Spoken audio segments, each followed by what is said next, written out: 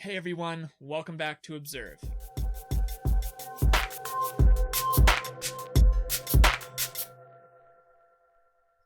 Okay, so I had the privilege of doing a collaboration with a fellow YouTube creator here. The name of the channel is The Art of Deductive Reasoning, and this is the video that him and I made from across the country digitally. It's a lot of fun. This is one of my first collabs ever to record, so I was pretty stoked about it. And I also suggest that you guys hop over to his channel, give it a look, give it a subscribe, and let him know in the comments and give him a shout out here from me at Observe, and that would be pretty fantastic. But that being said, this is the video that him and I put together. See you there, guys. Hello and welcome everyone. Today we're going to be talking about something new, and that would be body language and facial expressions, with none other than Logan from Observe. Hey guys, I'm super stoked to be visiting here on the Art of Deductive Reasoning's channel. It's really fun, really fantastic, and I hope that all of us maybe find something to learn today.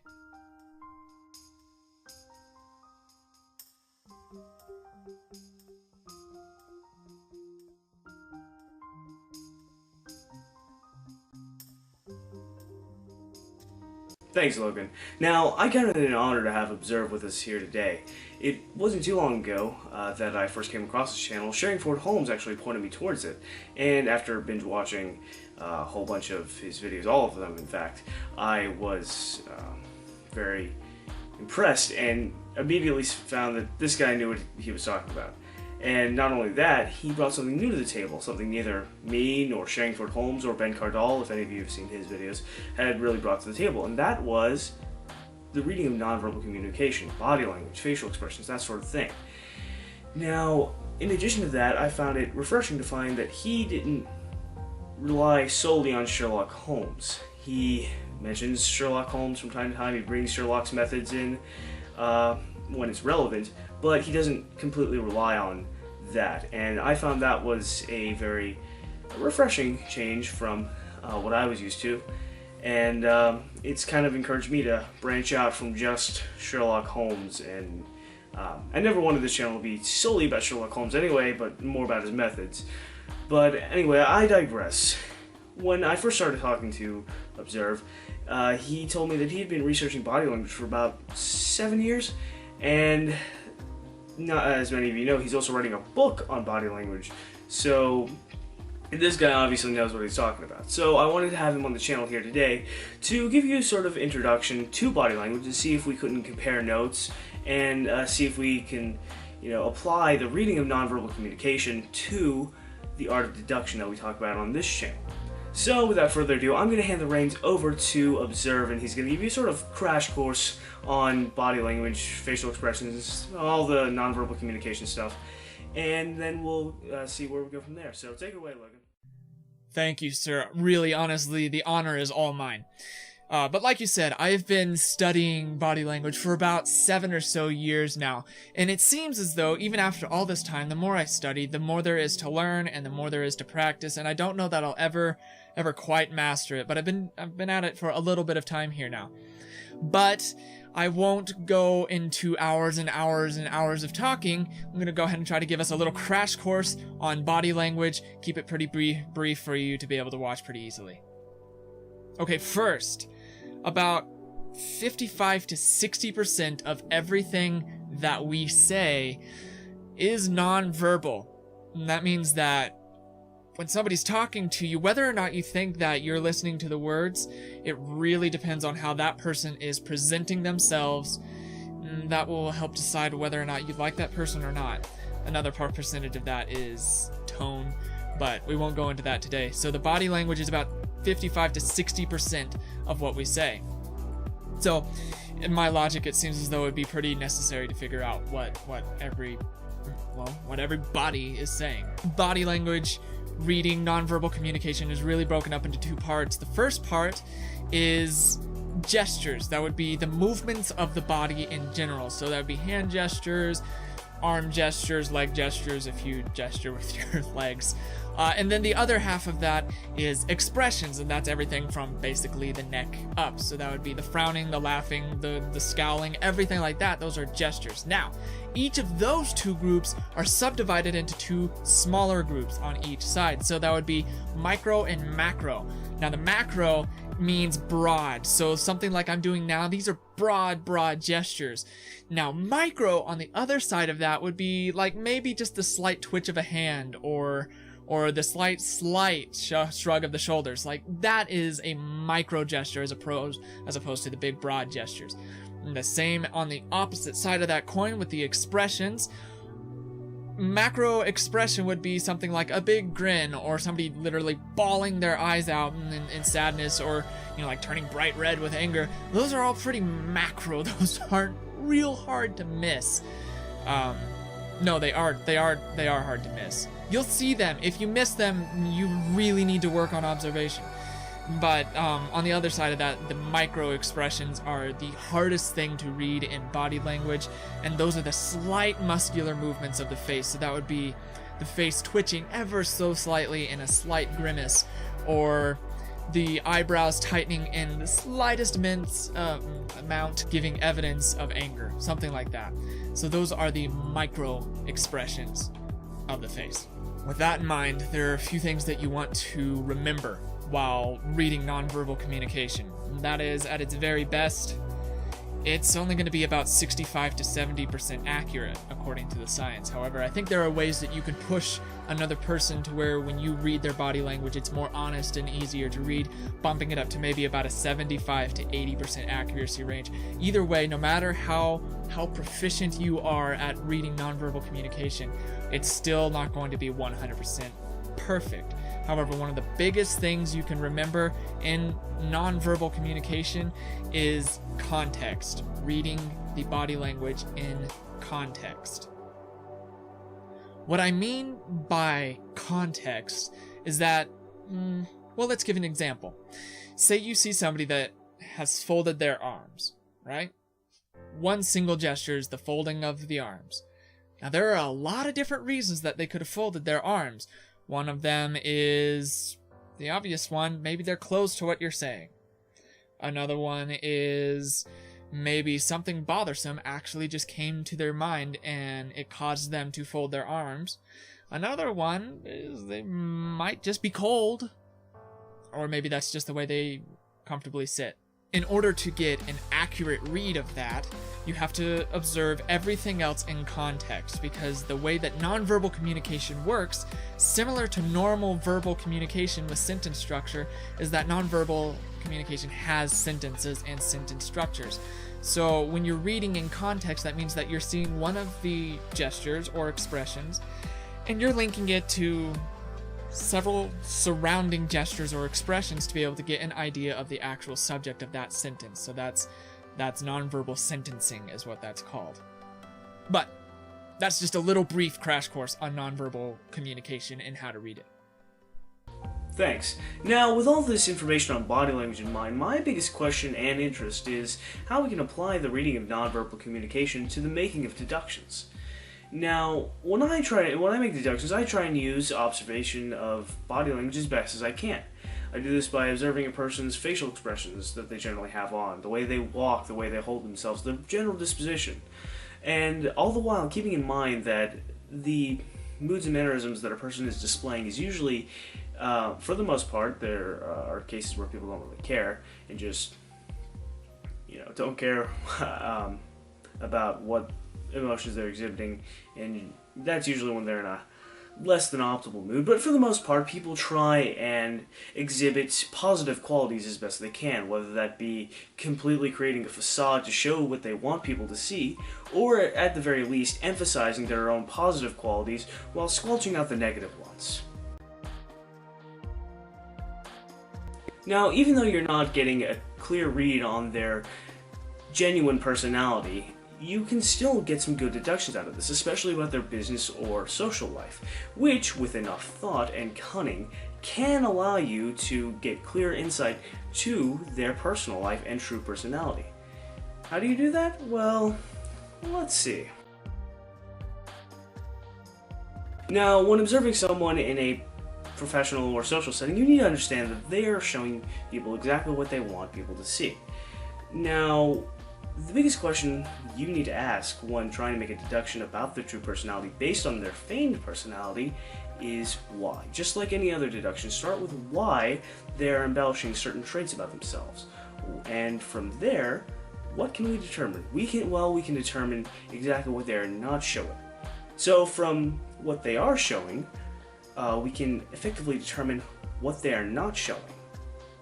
And so you can see this logically. So if they're exhibiting a false sense of happiness, that would probably, and they're exaggerating that probably indicates that the opposite is true, that they are more sad than happy, but are emphasizing happiness in their face so as to throw people off the trail. So that idea of emphasizing a particular trait is something that's natural for us to do with anything, really. We exaggerate one thing to take focus off of the thing that we don't want people to notice and put it onto what we do want them to notice. So from there, we can determine exactly what they don't want you to see about themselves. So this is the first step in determining their true personality. And you see, just from simple observation and a little bit of thought, we can determine exactly, we can make headway into discovering their true personality.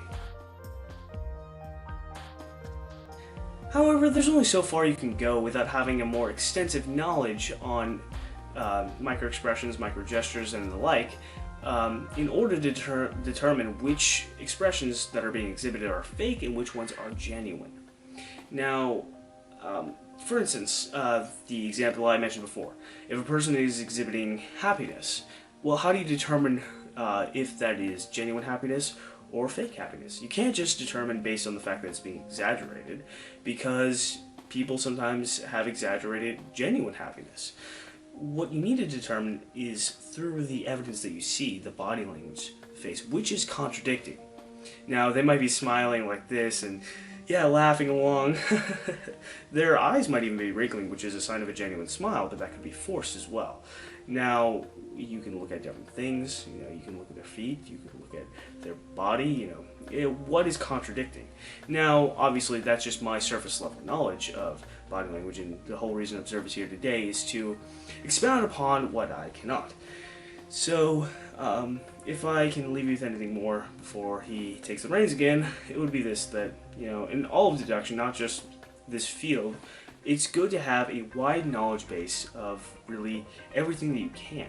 Read as many books as you can about different things, non-fiction books, so that you can have a more extensive knowledge on the world around you, so that you can have more knowledge to cross-reference your observations with, if that makes sense. Now, I have this really cool app on my phone. It's called Faceorama, and what this little app does is it basically has a training mode. As you can see, maybe is the camera focusing? So it shows you the different base emotions like anger, and you click on it and it shows you just what muscles contract. Contempt, different things, these base expressions that you most commonly find. Then you have the challenge mode. So it starts you off on easy mode, where it flashes an expression in front of you and you have to guess it. And from the reflection in the camera, I'm going to say that's surprise. And I was correct. Now you go to medium mode, it gets a little faster, and so that was sadness. And then you go eventually to expert mode after completing both medium and easy mode. That was fear, and it flashes the expressions so fast that it is the equivalent to a micro expression. So that's why I like this little app. It really helps with training basic facial reading, and gets you familiar with the facial expressions. However, I'm sure Observe has some more practical information, more practical tips in training tips that you can use. And so with that, I'm going to let him have the reins for pretty much the rest of the episode, probably. So take it away. Oh, hi. I actually didn't even know that app existed, so, I might be downloading it.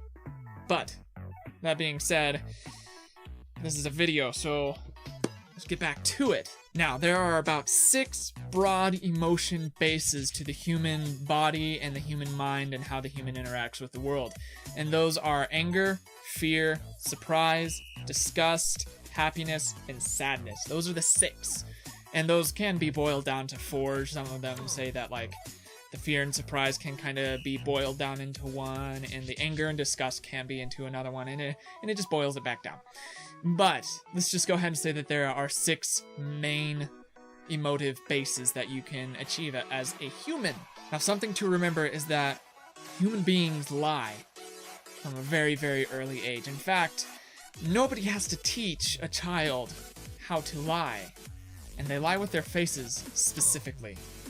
And everybody pays attention to the face. In fact, your brain is trained to locate and pick out faces from surroundings. That's why when you're scanning a room and somebody catches your eye and you seem to lock eyes that moment and it seems like they were looking at you, chances are they were also scanning a room and each of you saw each other's face and locked eyes, and it got that real awkward kind of sensation. Now, that means that since people are so used to paying attention to the face, that's what they know how to lie with best. So reading micro expressions and expressions in general in order to detect lying is pretty difficult. If you're interested, there's a video right there on how come the human race lies. Like, why do we do it? And if you want to watch, hop over there or go to my channel and find the yellow thumbnail with, like, it's got truth and lie on it and the truth is crossed out, and yeah. And watch that video to know why we lie. But one of the ways to know if people are lying via, or some of the ways that we know people are lying via their expressions is, well, I guess I'll just list them. The first one is that in expressions, natural expressions are constantly changing. Nobody ever has the same look just plastered on their face for a continued amount of time unless they're really actually forcing it. Natural expressions are constantly changing. Even though somebody might be in a really happy mood, they'll be showing different expressions of happiness all throughout that. If you see somebody that's just sitting there with this plastered like grin on their face, the chances are they're hiding an actual different emotion. So that is one of the signs about how the face will give away the actual intention behind the person. Something else that's tied into this, that's not specifically tied into expressions, but is the tone. The tone will often match the emotion that's behind it. So say, for instance, somebody is smiling at you and they seem really happy, but their tone doesn't seem really happy. The tone is probably lining up more accurately with the emotion than the face is. And another way that you're able to kind of get better at deciphering whether somebody is lying or not by their face is to read, pick up a book and read it. There are a lot of people that have done a lot of research on this, and you can if you can read, you can find out what they know. One of the top researchers of micro expressions, if not the top one, is Dr. Paul Ekman, and he has written multiple books about expressions and micro expressions, and he's kind of the pioneer in the field. He was back when he started. So just read a book and learn for yourself and let other people's wisdom pour into your own mind. But if you're interested in reading some of these books and you want some suggestions, I know that the guy here on The Art of Deductive Reasoning will be able to suggest some via his book reviews that he's doing, and I have done some over at my channel. I've actually only done one right now. But if you want to, you can hop over right there. That's the picture clip of the video that's playing up there, or go over and search it and you'll see me on a white screen with a book next to me, and that's the book review. In fact, it's labeled a book review. But both him and I will be putting out some book reviews of things that we've read if you wanted to hop over there and hear the suggestions to get yourself an idea of where you should start off with. However, study isn't all that you can do. You can also exercise your ability to read lies in other people, or just to read facial expressions in general and gain accuracy in it. I have about 3 that I usually work on. The first one is known as the TV exercise, and there's the video to that if you wanted to hop over and take a look at that. But the synopsis of it, the summary of it, is that you turn on your TV to whatever show, you mute the sound, and then you watch it and try to decipher what's happening just via their body language and expressions. And then later on the show, you turn the sound back on and see how accurate you are, and it just kind of raises your sensitivity to what their nonverbal communication is saying rather than just relying on their words. But that's just one of the exercises.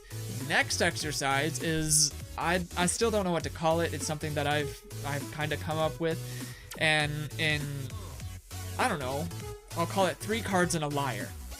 And there's the video to that one if you want to go and watch how to do that one in detail. But the summary of that is to have 3 cards, playing cards, have a person pick out one of those cards, you show them the cards, without you knowing, you show them the cards, ask them, is this your card? They say no to every single card, even if it is their card, and when they say no about it not, about their card, then that's a lie and you're supposed to be able to detect it. If you want to be able to have a clear, more understandable idea of what that is, hop over to the channel and check it out there. And then the last exercise that you can do, that's the easiest one and the funnest one, I suppose. Well, I don't know. They're all fun. But this one's the easiest one, is just to people watch. Here's another video on that if you want to check that out. But people watching is really, really handy. It's pretty fantastic. And to be able to go out and actually see in real time gestures and body language and expressions all happening in real life, not on a TV and not in a game sort of scenario.